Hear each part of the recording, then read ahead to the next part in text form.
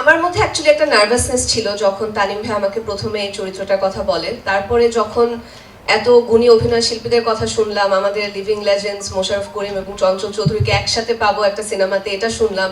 সেই সাথে আসলে স্বাধীন ভাইয়া এবং সামিউলের মানে স্ক্রিপ্টের কথা বলতেই হয়, ওরা এত দুর্দান্তভাবে কিছু ডায়লগস লিখেছে। সবকিছু দেখার পরে মনে হলো এটা খুবই এক্সাইটিং একটা জার্নি হবে, এবং বনলতা এক্সপ্রেসের পুরো জার্নিটা আমি খুবই লুক ফরওয়ার্ড করছি যে অনেক দুর্দান্ত কিছু একটা হবে। গেল ঈদ উল ফিতরে মুক্তিপ্রাপ্ত হুমায়ুন আহমেদের গল্প অবলম্বনে নির্মিত তানিম নূরের আলোচিত সিনেমা বনলতা এক্সপ্রেস দর্শকপ্রিয়তার পাশাপাশি বক্স অফিসেও দারুণ সাফল্য পায়। দেশ বিদেশে ব্যাপক সাড়া ফেলা সিনেমাটিতে প্রথমবারের মতো জুটি বেঁধে অভিনয় করেছিলেন শরীফুল রাজ ও সাবিলা নূর। তাদের রসায়ন এবং অভিনয় দর্শকদের প্রশংসা কুড়ায়। এরই মধ্যে নতুন খবর এসেছে, আবারও বড় পর্দায় একসঙ্গে দেখা যেতে পারে রাজ ও সাবিলাকে।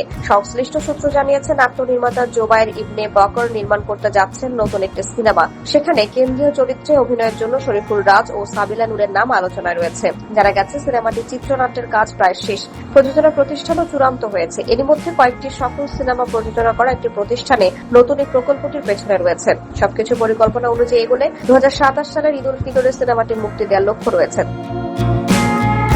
তবে নির্মাতা জোবায়ের ইবনে বকর এখনই বিষয়টি নিয়ে আনুষ্ঠানিকভাবে কিছু বলতে রাজি নন। তিনি বলেন, সিনেমা নির্মাণ আমার দীর্ঘদিনের স্বপ্ন, সেই স্বপ্ন বাস্তবায়নের চেষ্টা করছি। এখনো সবকিছু প্রাথমিক পর্যায়ে রয়েছে, চূড়ান্ত সিদ্ধান্ত হলে আনুষ্ঠানিকভাবে জানানো হবে। অন্যদিকে শরীফুল রাজও বিষয়টি নিয়ে সতর্ক মন্তব্য করেছেন। তিনি বলেন, বিভিন্ন সিনেমার গল্প নিয়ে আলোচনা হয়, কিন্তু সব আলোচনা শেষ পর্যন্ত সিনেমায় রূপ নেয় না। তাই চূড়ান্ত হওয়ার আগে কিছু বলাটা ঠিক হবে না। এদিকে নতুন কাজ শুরুর আগে কিছুটা সময় নিজের জন্য রাখতে চান সাবিলা। আগামী মাসের শুরুতে যুক্তরাষ্ট্রে যাচ্ছেন তিনি। সেখানে পরিবারের সদস্যদের সঙ্গে সময় কাটানোর পাশাপাশি নিউ ইয়র্কে অনুষ্ঠিত একটি চলচ্চিত্র উৎসবেও অংশ নেবেন। ওই উৎসবে প্রদর্শিত হবে বনলতা এক্সপ্রেস। গেল ঈদুল আজহায় মুক্তি পাওয়া রকস্টার সিনেমায় শাকিব খানের বিপরীতে অভিনয় করেছিলেন সাবিলা নূর।